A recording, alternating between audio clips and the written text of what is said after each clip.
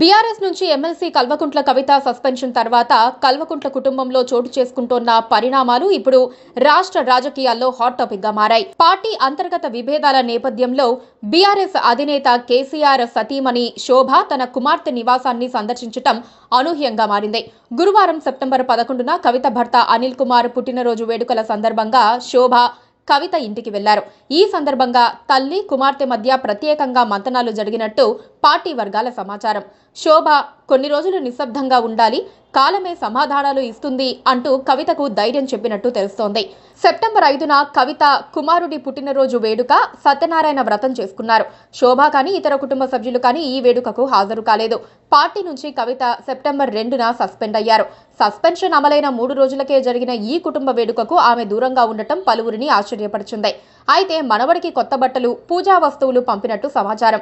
ఆ వేడుకకు దూరంగా ఉండి అల్లుడి పుట్టినరోజుకు హాజరు కావటం వల్ల కల్వకుంట్ల ఇంట్లో శాంతి చర్చలు జరుగుతున్నాయా అని చర్చించుకుంటున్నారు. ఇటీవల కవిత తన సొంత పార్టీ నేతలైన హరీష్ రావు, సంతోష్ కుమార్ పై తీవ్ర అవినీతి ఆరోపణలు చేయటం, వారి వల్లే పార్టీకి కేసీఆర్ కు చెడ్డ పేరు వస్తోంది అనే వ్యాఖ్యలు తీవ్ర దుమారాన్ని లేవనెత్తిన విషయం తెలిసిందే. ఇదంతా ఉత్తి డ్రామానే అని 6 నెలల తర్వాత కవితను తిరిగి పార్టీలో చేర్చుకుంటారని కొందరు విమర్శిస్తున్నారు. Please subscribe to KTV Telugu. KTV Telugu. KTV Telugu channel.